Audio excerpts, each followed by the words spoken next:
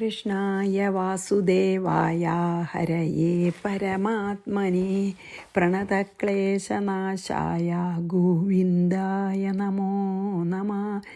രാമായ രാമഭദ്രായ രാമചന്ദ്രായ വേധസേ രഘുനാഥായ നാഥായ സീതായ പതയേ നമഃ.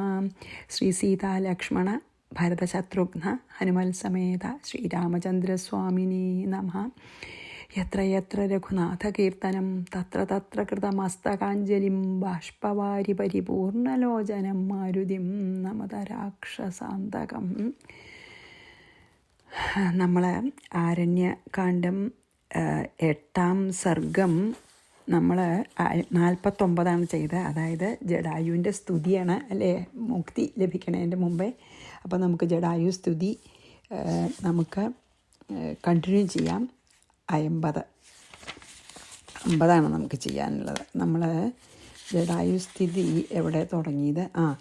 അതായത് 44 തൊട്ട് നമ്മൾ ഇതുവരെയും 49 ഇനി 50 നമുക്ക് ചെയ്യാം. സ്തുതി കണ്ടിന്യൂ ചെയ്യാൻ കേട്ടോ. പരധന പരദാരവർജിതാനം പരഗുണഭൂതിഷു തുഷ്ടമാനസാനം പരഹിതനിരതാത്മനം സുസേവ്യം രഘുവരമംബുജലോചനം പ്രപദ്യേ. എന്തൊരു വളരെ ഭംഗിയായിട്ടുള്ള വാക്കുകളല്ലേ. പരധന പരദാര വർജിതാനാം, അതായത് ബാക്കിയുള്ളവരുടെ ധനത്തിനെയും പിന്നെയോ പരസ്ത്രീ വേറൊരു അന്യ സ്ത്രീയെയും ഒരിക്കലും ആഗ്രഹിക്കാത്തവരാലും പരഗുണഭൂതിഷു തുഷ്ടമാനസാനാം, ബാക്കിയുള്ളവരുടെ ഗുണങ്ങളും അവരുടെ സന്തോഷവും ഐശ്വര്യവും കാണുമ്പോൾ അതിൽ സന്തോഷിക്കുന്ന മനസ്സോടു കൂടിയവരാലും പരഹിതനിരതാത്മനാം, അതായത് ബാക്കിയുള്ളവരുടെ ഹിതം എന്താണെന്ന് അറിഞ്ഞ് അതിനു വേണ്ടി വളരെ കെയർഫുള്ളായിട്ട് അതിനു വേണ്ടി ചെയ്യാൻ തയ്യാറായവരും സുസേവ്യം ഏറ്റവും സേവിക്കപ്പെടുവാൻ യോഗ്യനും അംബുജലോചനം താമര ഇതളിൻ്റെ പോലെയുള്ള കണ്ണുകളോട് കൂടിയവനും രഘുവരം പ്രപദ്യേ, അങ്ങനത്തെ രഘുവരനെ ഞാൻ ശരണം പ്രാപിക്കുന്നതിന്. എത്ര അസലല്ലേ. അതായത് അന്യന്മാരുടെ സ്വത്തിലും അന്യ സ്ത്രീയിലും ആഗ്രഹമില്ലാത്തവരാലും അന്യന്മാരുടെ ഗുണങ്ങളിലും സന്തോഷത്തിലും സന്തോഷിക്കുന്നവരാലും അന്യന്മാരുടെ നന്മയ്ക്കായിട്ട് എപ്പോഴും പ്രവർത്തിക്കുന്നവരും ഏറ്റവും സേവിക്കപ്പെടുവാൻ യോഗ്യനും ആയ താമരദളം പോലെ മനോഹരമായ കണ്ണുകളോടുകൂടിയവനുമായ രഘുപതിയെ ഞാൻ ശരണം പ്രാപിക്കുന്നു. അതായത് നല്ല ജനങ്ങളാലെല്ലാം സേവിക്കപ്പെടാൻ യോഗ്യനാണെന്ന്. അതായത് മുമ്പ് പറഞ്ഞതൊക്കെ അങ്ങനെയാണല്ലോ. ബാക്കിയുള്ളവരുടെ ധനത്തിലും സ്ത്രീയിലും ആഗ്രഹമില്ലാത്തവരും ബാക്കിയുള്ളവർക്ക് നല്ലത് വരണമെന്ന് വിചാരിക്കണവരും അവർക്ക് വേണ്ടി നമ്മൾ എന്തും ചെയ്യാൻ അങ്ങനെയുള്ള നല്ല മനസ്സുള്ള എല്ലാവരാലും സേവിക്കപ്പെടുവാൻ യോഗ്യനായിട്ടുള്ള അങ്ങയെ ഞാൻ നമസ്കരിക്കുന്നു.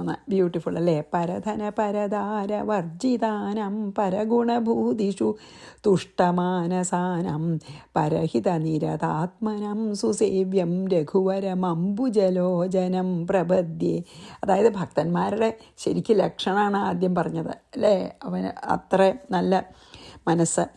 സ്മിതരുചിര വികാസിതാനനാബ്ജം സ്മൃതിസുലഭം സുരരാജ നീലനീലം സിതജലരുഹ ചാരുനേത്രശോഭം രഘുപതിമീശ ഗുരോർഗുരും പ്രപദ്യേ. സ്മിതരുചിര വികാസിത ആനനാബ്ജം എന്താ? ആനനാബ്ജം സ്മൃതിസുലഭം. അതായത് സ്മിതം വെച്ചാൽ പുഞ്ചിരിയ, മന്ദസ്മിതാണ്. മന്ദസ്മിതത്താൽ രുചിരം വളരെ മനോഹരമായും വികസിച്ചുമിരിക്കുന്ന താമര പോലെയുള്ള മുഖത്തോടു കൂടിയവനും. അതെ, അബ്ജം താമര. സ്മരിക്കുന്നതിനാൽ സ്മൃതി സുലഭം എന്താ? സ്മരിക്കുന്നതിനാൽ അത്യന്ത സുലഭനും, അതായത് മനസ്സിൽ സ്മരിച്ചാൽ എപ്പോഴും നമ്മുടെ മനസ്സിൽ നിൽക്കുന്നവനും. സുരരാജ നീലം, അതായത് ഇന്ദ്രനീലം പോലെ നീലവർണം പൂണ്ടവനും. സിതജല ചിത ജലരുഹ ചാരു നേത്രശോഭം, വെളുത്ത താമരപ്പൂ പോലെ ആ മനോജ്ഞമായ നേത്രത്തിൻ്റെ ശോഭയോടുകൂടിയവനും ഈശഗുരോഹോ ഗുരു, അതായത് എന്താണ് പരമേശ്വരൻ്റെ പിതാവിൻ്റെ പിതാവുമായ രഘുപതി പ്രപദ്യേ, രഘുപതിയെ ശരണം പ്രാപിക്കുന്നു. എന്താ പറയണ വെച്ചാൽ അതായത് പരമേശ്വരൻ്റെ പിതാവാരാ? ബ്രഹ്മാവ് അല്ലേ? ശിവൻ ബ്രഹ്മാവിൽ നിന്നുണ്ടായതല്ലേ, നാപ്പീരികത്തിൻ്റെ അവിടെ നിന്നുണ്ടായതാണല്ലോ. അപ്പോൾ പരമേശ്വരൻ്റെ പിതാവായ ബ്രഹ്മാവിൻ്റെയും അച്ഛൻ മീൻസ് മഹാവിഷ്ണു ആണല്ലോ. മഹാവിഷ്ണുവിൽ നിന്നാണല്ലോ ബ്രഹ്മാവ് ഉണ്ടായത്. ബ്രഹ്മാവിൽ നിന്നാണ് ശിവൻ ഉണ്ടായത്. അപ്പോൾ ശിവൻ്റെ മുത്തശ്ശനായി എന്ന് പറയുകയാണ്. അതായത് മന്ദഹാസ മനോഹരമായും എപ്പോഴും ചിരിച്ചിരിക്കുന്ന മുഖ പങ്കജത്തോടു കൂടിയവനും വളരെ നല്ല ദയാലു ആയതുകൊണ്ട് സ്മരിക്കുന്ന ഭക്തന്മാരുടെ ഹൃദയത്തിൽ എപ്പോഴും കുടികൊള്ളുന്നവനും, പിന്നെയോ ഇന്ദ്രനീലക്കല്ല് പോലെ നീലനിറമുള്ളവനും, വെളുത്ത താമരയുടെ ഏതള് പോലെയുള്ള കണ്ണുകളോടുകൂടിയവനും, പരമേശ്വരൻ അതായത് ശിവൻ്റെ പിതാവായ ബ്രഹ്മാവിൻ്റെയും അച്ഛനായിരിക്കുന്ന ശ്രീരാമചന്ദ്രസ്വാമിയെ ഞാൻ ശരണം പ്രാപിക്കുന്നേൻ അല്ലേ. സ്മിതരുചിരവികാസിതാനനാബ്ജം സ്മൃതിസുലഭം സുരരാജനീലനീലം സിതജലരുഹ ചാരുനേത്രശോഭം രഘുപതിമീശ ഗുരോർഗുരും പ്രപദ്യേ. നമുക്ക് ശരിക്കും ബൈഹാട്ടാക്കി ചെല്ലാൻ വളരെ നല്ല സ്തുതിയാണ്. ഹരികമലജ ശംഭുനാവും അതെ. ഹരികമലജ ശംഭുരൂപഭേദാത് ത്വമിഹ വിഭാസി ഗുണത്രയാനുവൃത്ത രവിരിവ ജലപൂരിതോദപാത്രേ ശ്വാമരപതിസ്തുതി പാത്രമീശമീടേ. ഗുണത്രയാനുവൃത്ത ത്വം, അതായത് സത്വരജ സ്തമോ ഗുണങ്ങളെ നിറഞ്ഞ ഈ മായയിലേക്ക് ഇറങ്ങി വന്നിറക്കാണല്ലോ. അപ്പോൾ അതിന് അനുസരിച്ച് ഇരിക്കുന്ന തിരുവടി ഹരി കമലജ ശംഭു രൂപ ഭേദാത്, അതായത് പിന്നെ രജോ ഗുണം എടുത്തിട്ട് ബ്രഹ്മാവായി, സത്വഗുണം എടുത്തിട്ട് മഹാവിഷ്ണുവായി, പിന്നെ തമോ ഗുണം എടുത്തിട്ട് ബാക്കി ഗുണങ്ങളും അവർക്കുണ്ട്, തമോ ഗുണപ്രധാനി ആയിട്ട് എടുത്തിട്ട് ശിവനുമായി. ഇങ്ങനെ പല രൂപഭേദത്തോടു കൂടി ജലപൂരിതോദ പാത്രേഷു, ജലം നിറച്ച പാത്രങ്ങളിൽ സൂര്യൻ എന്ന പോലെ വിഭാസി ശോഭിക്കുന്നു. അമരപതിസ്തുതി പാത്രം ഈശം ഈടെ, ഇന്ദ്രൻ്റെ സ്തുതിക്ക്, അമരൻ ച ഇന്ദ്രനാണ് നമ്മൾ, ഇന്ദ്രൻ്റെ സ്തുതിക്ക് യോഗ്യനായിരിക്കുന്ന ഈശ്വരനെ സ്തുതിക്കുന്നൻ. എന്തായാലും ഭഗവാൻ ഒന്നേ ഉള്ളൂ അല്ലേ. ശരിക്കും സൂര്യൻ ഒന്നല്ലേ ഉള്ളൂ. പല പാത്രങ്ങളിൽ ജലം വെച്ചാൽ അതിലെല്ലാറ്റിലും സൂര്യൻ ഒന്നേ ഉള്ളൂ വെച്ചാലും ആ സൂര്യൻ്റെ പ്രതിഫലനം ഇപ്പം അനവധി പാത്രങ്ങളുണ്ടെങ്കിൽ എല്ലാ പാത്രങ്ങളിലും പ്രതിഫലിക്കും. അതുപോലെയാണ് ആ ഏകനും അദ്വിതീയനുമായിട്ടുള്ള അങ്ങ് രജോ ഗുണം എടുത്തിട്ട് ബ്രഹ്മാവായിട്ടും സത്വഗുണം എടുത്തിട്ട് വിഷ്ണുവായിട്ടും തമോ ഗുണം എടുത്തിട്ട് ശിവനായിട്ടും വിവിധ രൂപങ്ങളിൽ അവതരിക്കണു അല്ലെങ്കിൽ വരുന്നു. അതേതുപോലെ വെച്ചാൽ പല പാത്രങ്ങളിൽ ഏകനായിട്ടുള്ള ആ സൂര്യൻ്റെ പ്രതിഫലനം പോലെയാണ് അങ്ങ് ആ ഏക അദ്വൈത ശക്തിയായിട്ടുള്ള പരബ്രഹ്മം തന്നെയാണ് ഗുണങ്ങളെടുത്തിട്ട് പലതായിട്ട് അവതരിക്കണത്. അങ്ങനെ ഇന്ദ്രനാൽ പോലും സ്തുതിക്കപ്പെടുവാൻ യോഗ്യനായ അങ്ങയെ സ്തുതിക്കുന്നേൻ. ഹരികമലജ ശംഭുരൂപഭേദാത് ത്വമിഹ വിഭാസി ഗുണത്രയാനുവൃത്ത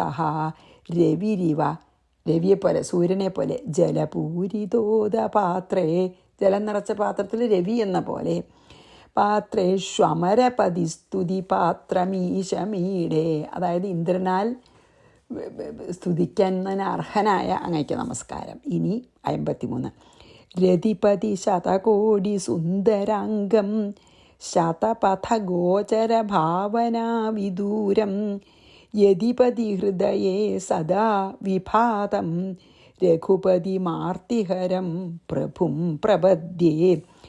രതിപതി ശതകോടി സുന്ദരാംഗം എന്ന് വെച്ചാൽ കാമദേവനേക്കാൾ, രതിയുടെ പതി ആരാ? രതിയും കാമദേവനും അല്ലേ? അപ്പം രതിയുടെ പതിയായിട്ടുള്ള കാമദേവനേക്കാൾ, മന്മഥനേക്കാൾ 100 കോടി അധികം സുന്ദരമായ ശരീരത്തോടു കൂടിയവനും ശതപഥ ഗോചര ഭാവനാവിദൂരം, ശതപഥത്തിൽ പറഞ്ഞിട്ടുള്ള ആ ഭാവനയ്ക്ക് അർഹനായവനും, ആ ഭാവന പോലെയുള്ളവനും, ആ ഭാവനയുള്ളവർക്ക് ദൂരെ അല്ലാത്തവനും, വിദൂരം എന്ന് പറഞ്ഞല്ലോ.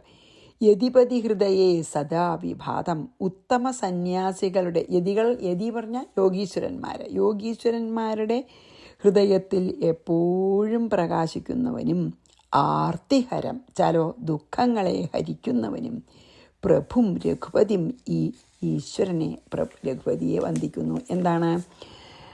മന്മഥ അല്ലെങ്കിൽ കാമദേവനേക്കാളും 100 കോടി അധികം ശരീര സൗന്ദര്യമുള്ളവനും, ഈ ശതപഥ ബ്രാഹ്മണത്തിൽ വിസ്തരിച്ചിട്ടുള്ള, ശതപഥ ബ്രാഹ്മണം എന്ന് പറഞ്ഞ പുസ്തകം ഉണ്ട്. അതിൽ ഭഗവാനെ വിസ്തരിച്ച് വിവരണം ഉണ്ടായിട്ടുണ്ട്. അതായത് ഭഗവാന്റെ വർണ്ണന ഉണ്ട്. ആ ശതപഥ ബ്രാഹ്മണം എന്ന് പറഞ്ഞ പുസ്തകത്തിൽ അല്ലെങ്കിൽ ആ ശാസ്ത്രത്തിൽ ഭഗവാനെ എങ്ങനെ വർണ്ണിച്ചിരിക്കുന്നുവോ അതുപോലെ ധ്യാനിക്കുന്നവരാൽ പ്രാപിക്കാൻ കഴിയുന്നവനും, സർവസംഘപരിത്യാഗികൾ അല്ലെങ്കിൽ യോഗീശ്വരന്മാരായിട്ടുള്ള സർവസംഘപരിത്യാഗികളായിട്ടുള്ള യോഗീശ്വരന്മാരുടെ ഹൃദയത്തിൽ എപ്പോഴും വിളങ്ങുന്നവനും, അവർ ഭഗവാനെ തന്നെയല്ലേ വിചാരിക്കുക. ഭക്തന്മാരുടെ എല്ലാ ദുഃഖങ്ങളെയും താപത്രയങ്ങളെയും മുഴുവൻ ഹരിക്കുന്നവനും ആയ സർവേശ്വരനുമായ രഘുപതിയെ ഞാൻ വന്ദിക്കുന്നേൻ എന്നാണ് ഇത്. വളരെ നല്ലത്. രതിപതി ശതകോടി സുന്ദരാംഗം ശതപഥ ഗോചര ഭാവനാ വിദൂരം യതിപതി ഹൃദയേ സദാ വിഭാതം രഘുപതി മാർത്തിഹരം പ്രഭും പ്രപദ്യേ ഇത്യേവം കഴിഞ്ഞുട്ടോ സ്തുതി. ഇത്യേവം സ്തുവതസ്തസ്യ പ്രസന്നോ ഭൂദ്രഘൂത്തമഃ ഉവാച ഗച്ഛ ഭദ്രം തേ മമ വിഷ്ണോ പരം പദം. ഇതി ഏവം സ്തുവതഃ തസ്യ, ഇപ്രകാരം സ്തുതിക്കുന്ന ജടായുവിനെക്കുറിച്ച് രഘൂത്തമഃ പ്രസന്ന അഭൂത്. അതായത് ശരിക്കും ഭഗവാന് സന്തോഷമായി ഈ സ്തുതി കേട്ടിട്ട് പ്രസന്നനായി ഭവിച്ചു എന്നർത്ഥം. വിഷ്ണു പ്രസന്ന അഭൂത് പറഞ്ഞില്ലേ, പ്രസന്നനായി ഭവിച്ചു. വിഷ്ണോഹോ മമ, വിഷ്ണുവായ എൻ്റെ പരമപദത്തെ ഗച്ഛ പ്രാപിച്ചാലും, തേ ഭദ്രം നിനക്ക് മംഗളം ഇതി ഉവാച. ഇങ്ങനെ ജടായുവിൻ്റെ സ്തുതി കേട്ടപ്പോൾ ഭഗവാൻ പ്രസാദിച്ചിട്ട് പറഞ്ഞു, എൻ്റെ പരമപദത്തെ നീ പ്രാപിച്ചുകൊള്ളൂ, നിനക്ക് മംഗളം ഭവിക്കട്ടെ. അതായത് മോക്ഷം കൊടുത്തു. ഇത്യേവം സ്തുവതസ്തസ്യ പ്രസന്നോ ഭൂദ്രഘൂത്തമഃ ഉവാച ഗച്ഛ ഭദ്രം തേ മമ വിഷ്ണോ പരം പദം. 55 56 കൂടിയുള്ളൂ ഈ സർഗം, 8ാം സർഗം. ശൃണോതിയ ഇദം സ്തോത്രം ലിഖേദ്വാ നിയത പഠേൽ സയാതി മമ സാരൂപ്യം മരണേ മൽസ്മൃതം ലഭേൽ. ഇനിയൊരു ചെറിയൊരു ഫലശ്രുതി. ഇദം സ്തോത്രം, ഈ സ്തോത്രത്തെ യഹ ശൃണോതി, ആരാണ് കേൾക്കുന്നത്, ലിഖേത് എഴുതുന്നത്. അങ്ങനെ ഇപ്പോൾ സാധാരണ പറയാറില്ല അല്ലേ, കേൾക്കുക പറയുക എന്നൊക്കെ പറയാറുള്ളൂ. ഇതിപ്പോൾ എഴുതുക എന്നും പറയുന്നുണ്ട്.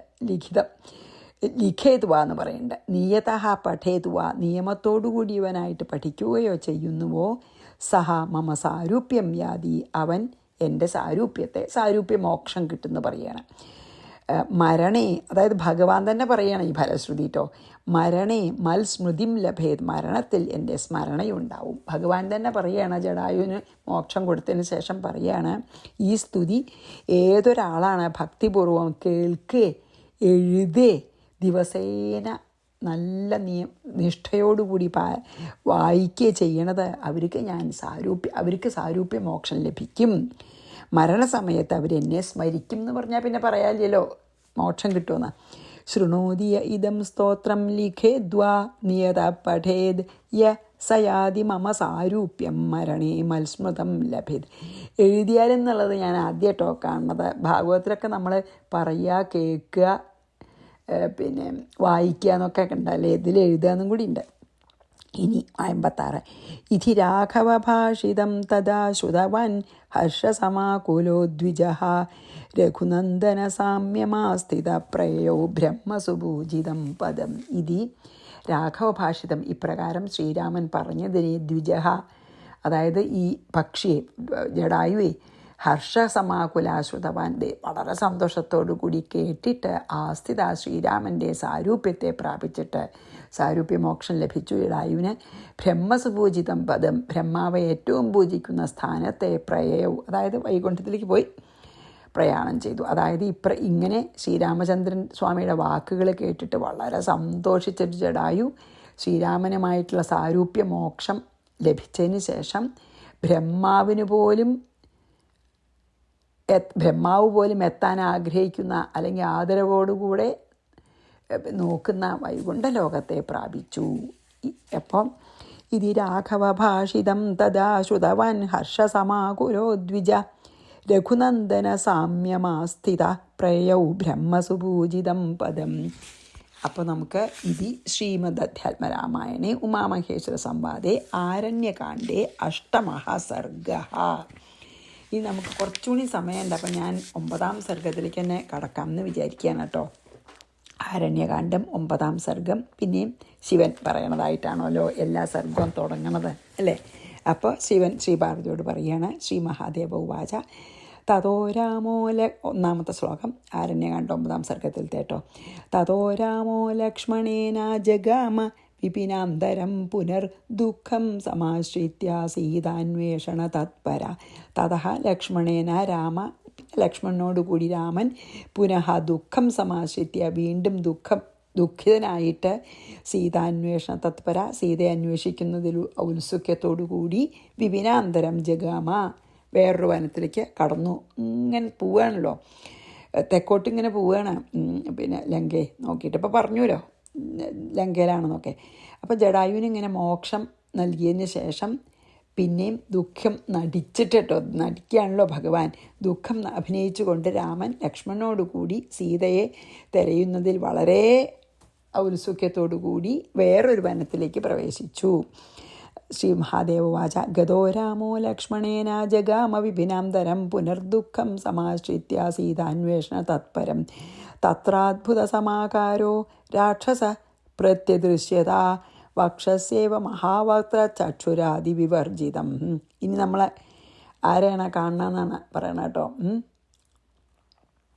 പിന്നെ നോക്കാം, ഇതൊക്കെ നമുക്ക് അറിയണതാണ്. തത്ര വക്ഷസി ഏവ മഹാവക്ത്ര, പിന്നെയോ മാറത്ത് വായ, മുഖം മാറിലാണ് മുഖം. മാറിൽ മുഖത്തോടു കൂടിയവനും, മാറിലാണ് മുഖം. ചക്ഷുരാദി വിവർജിത, അതായത് കണ്ണ് മുതലായ ബാക്കി ഇന്ദ്രിയങ്ങളൊന്നും ഇല്ല.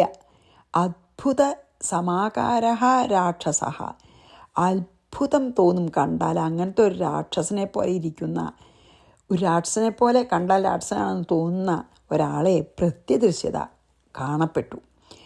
അപ്പോൾ എന്താ വെച്ചാൽ ആ പുതിയൊരു വനത്തിലേക്ക് കടന്നു പറഞ്ഞല്ലോ. ആ വനത്തിലെത്തിയപ്പോൾ ഒരു രാക്ഷസനെ കണ്ടു. അവൻ്റെ മാറത്താണ് വലിയൊരു വായ, കണ്ണൊന്നുമില്ല, കണ്ണമൂക്കൊന്നുമില്ല. ആകപ്പാടെ കണ്ട വലിയൊരു രാക്ഷസനാണെന്ന് തോന്നും. തത്രോദ്ഭുത സമാകാരോ രാക്ഷസ പ്രത്യദൃശ്യത വക്ഷസ്യേവ മഹാവക്ത്രചക്ഷുരാദി വിവർജിതം. പേടിയും കണ്ടാലേ. ബാഹു യോജനമാത്രേണ, കയ്യിൻ്റെ ഒരു നീളം. വ്യാപൃതൗ തസ്യ രാക്ഷസ കബന്ധോ നാമ ദൈത്യേന്ദ്ര സർവസത്വവിഹിംസക. ആരാ ആ രാക്ഷസൻ? കബന്ധനാണ്, നമ്മൾ അറിയാലോ. എങ്ങനെയാണ്? തസ്യ രാക്ഷസ, ആ രാക്ഷസൻ്റെ ബാഹു യോജനമാത്രേണ വ്യാപൃതവും, 2 കൈകളും 1 യോജന നീളമുണ്ട്. അതിങ്ങനെ നീട്ടി വെച്ചിരുന്നു. സർവസത്വവിഹിംസക കബന്ധ നാമ ദൈത്യേന്ദ്ര. എല്ലാ ആ കൈകൊണ്ട് എത്താവുന്ന സ്ഥലത്ത് വരുന്ന എല്ലാ പ്രാണികളെയും കൊല്ലും. അങ്ങനെയുള്ള കബന്ധൻ എന്ന് പേരായിട്ടുള്ള രാക്ഷസനാണ് അത്.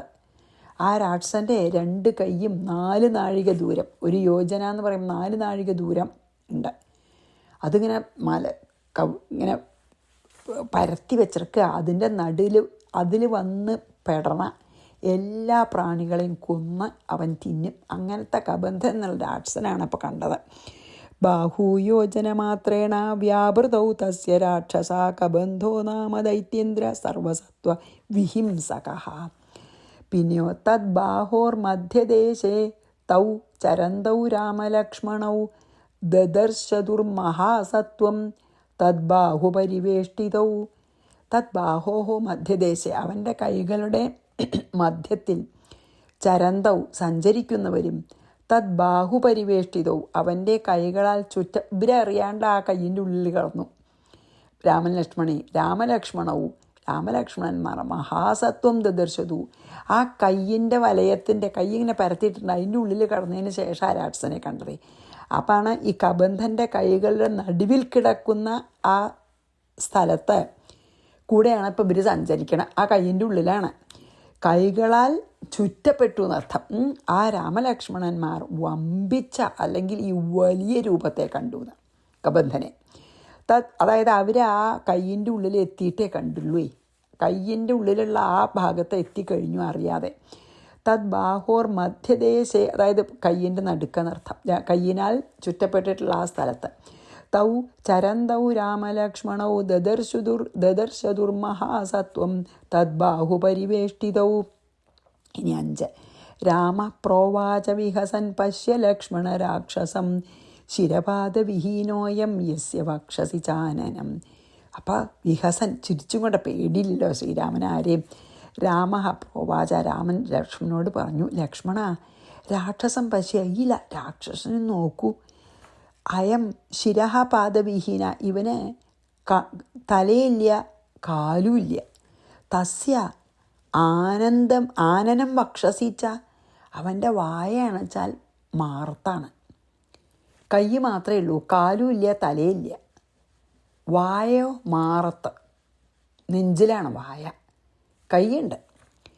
അതായത് അപ്പം ചിരിച്ചും കൊണ്ട് പറഞ്ഞു, രാമൻ പറഞ്ഞു, ലക്ഷ്മണ നോക്കൂ, ഈ രാക്ഷസനെ വളരെ ഒരു വിചിത്രമായിട്ടുള്ളൊരു ജീവിയാണ്. ഇവന് തലയില്ല കാലുമില്ല, വായാണെങ്കിൽ നെഞ്ചിലാണ്, മാറിടത്തിലാണ് പറഞ്ഞു. രാമപ്രോവാച വിഹസൻ പശ്യ ലക്ഷ്മണ രാക്ഷസം ശിരപാദവിഹീനോയം യസ്യ വക്ഷസി ചാനനം. ഇനി 6 കൂടി എന്തായാലും ചെയ്യാം. സോറി, കണ്ണ് എന്തോ പറ്റി. ബാഹുഭ്യം ലഭ്യതേ യദ്യത് തത്തദ് ഭക്ഷൻ സ്ഥിതോ ധ്രുവം അവാമപ്യേതയോർബാഹ്യോർമധ്യേ സംകരിതൗ ധ്രുവം. ബാഹുഭ്യം യദ് ലഭ്യതേ, ഈ കൈ വീശിയിട്ട് അല്ലെങ്കിൽ കൈ പരത്തിയിട്ടിട്ട് എന്തൊക്കെ കിട്ടുന്നുവോ തദ്ദത് ഭക്ഷൻ സ്ഥിതാ ധ്രുവം, അതിനെ മുഴുവൻ തിന്നുന്ന ഒരു രാക്ഷസനാണ് ധ്രുവം, തീർച്ചയാണ്. ഏതയോഹോ ബാഹുവോഹോ മധ്യേ, ഈ കയ്യിൻ്റെ ഉള്ളിൽ ആവാം അപ്പി സങ്കലിതോ ധ്രുവം, നമ്മളും ഇപ്പം പെട്ടുപോയി. അപ്പം നമ്മളും തിന്നുമല്ലോ, നമ്മളും പെട്ടുപോയി തീർച്ചയായും. കാരണം ആ കയ്യിനാൽ ചുറ്റപ്പെട്ട സ്ഥലത്താണ് അവരെ. അപ്പോൾ ശ്രീരാമൻ പറഞ്ഞു, ബാഹുഭ്യം ലഭ്യതേ യദ്യ തത്തത് ഭക്ഷൻ സ്ഥിതോ ധ്രുവം ആവാമപ്യേതയോർ ബാഹുർ മധ്യേ സങ്കലിതോ ധ്രുവം, നമ്മളും അതിൽ പെട്ടു. ഈ കൈയിൻ്റെ ഉള്ളിൽ പെട്ട ജീവികളെ മുഴുവൻ തിന്നിട്ടാണത് ജീവിക്കണം ഈ കബന്ധൻ. ഇപ്പം നമ്മൾ അതിൻ്റെ ഉള്ളിൽ പെട്ടുവല്ലോ എന്ന് പറയണം. അപ്പം നമ്മളും തിന്നുവല്ലോ എന്ന് പറയുകയാണേ. അപ്പം നമുക്ക് ഒന്നും കൂടിയും ചെയ്യാം കേട്ടോ. ഗന്ധുമന്യത്ര മാർഗോ ന ദൃശ്യതേ രഘുനന്ദന കിം കർത്തവ്യമിതോസ്മാഭിരിദാനീം ഭക്ഷയേൽ സനൗ. അപ്പം പറഞ്ഞു, പിന്നെ ലക്ഷ്മണൻ അങ്ങോട്ട് പറഞ്ഞു ശ്രീരാമനോടെ, രഘുനന്ദന, അയ്യോ പിന്നെ രാമ, അന്യത്ര ഗന്ധും, നമുക്ക് എങ്ങനെ വേറൊരിതിലേക്ക് പോകാനും പറ്റില്ല. നമ്മൾ ഇതിനാൽ ചുറ്റപ്പെട്ട ഒരു മതിൽ പോലെ കയ്യുണ്ടേ. മാർഗ എന്ന ദൃശ്യത, എവിടുന്ന് രക്ഷപ്പെടാൻ ഞാൻ മാർഗം, പുറത്തേക്ക് കിടക്കാൻ മാർഗം കാണുന്നില്ല. ഇതഹ അസ്മാഭി കർത്തവ്യം കിം, ഇനി നമ്മളെന്താ ചെയ്യുക? സഹ നൗ ഇതാനീം ഭക്ഷയത്, ഇനിയിപ്പോൾ നമ്മളെയും ഭക്ഷിക്കില്ലേ ഇവൻ, അതല്ലേ പണി. അപ്പം ചോദിച്ചു, അല്ലല്ല, ശ്രീരാമൻ തന്നെ പറഞ്ഞു കേട്ടോ. ശ്രീരാമൻ തന്നെ പറയാണ്, ഹേ ലക്ഷ്മണ, ഇനിയിപ്പോൾ മറ്റൊരിടത്തേക്ക് പോവാൻ ഞാൻ ഒരു വഴിയും കാണുന്നില്ലല്ലോ. ചിരിച്ചും കൊണ്ടാണ്. ഇനി നാമ എന്താ ചെയ്യേണ്ടത്? നമ്മളെ ഇപ്പം ഇവൻ ഇനിയിപ്പോൾ താമസമില്ലാണ്ട് നമ്മളെ രണ്ടാളെയും ഭക്ഷിക്കും. എന്താ ഇപ്പം നമ്മൾ ചെയ്യുക എന്ന് പറയാണ്. അത് പറഞ്ഞ് നമുക്കിവിടെ നിർത്താട്ടോ. ഗന്ധുമന്യത്ര മാർഗോ ന ദൃശ്യതേ രഘുനന്ദന കിം കർത്തവ്യമിതോസ്മാഭിരിതാനിം ഭക്ഷയേൽ സനൗ. ശ്രീരാമൻ തന്നെ പറയാണ്, ഹേ ലക്ഷ്മണ, നമുക്ക് ഇനി വേറൊരു ദിക്കിലേക്ക് പോകാൻ ഞാനൊരു വഴി കാണാനില്ല. ഇപ്പോൾ എല്ലാവരും തിന്നല്ലേ, കയ്യിൻ്റെ ഉള്ളിലാക്കപ്പെട്ടവരൊക്കെ തിന്നണതിൻ്റെ ഇവൻ്റെ പണി. അപ്പം നമ്മളെയും തിന്നില്ലേ എന്ന് പറയുകയാണ് കേട്ടോ. അപ്പം നമുക്കിവിടെ നിർത്താം. ശ്രീകൃഷ്ണാർപ്പണമസ്തു. സർവത്ര ഗോവിന്ദ നാമ സങ്കീർത്തനം. ഗോവിന്ദ ഗോവിന്ദ. ശ്രീ സീതാലക്ഷ്മണ ഭരതശത്രുഘ്ന ഹനുമൽ സമേത ശ്രീരാമചന്ദ്രസ്വാമിനേ നമഃ.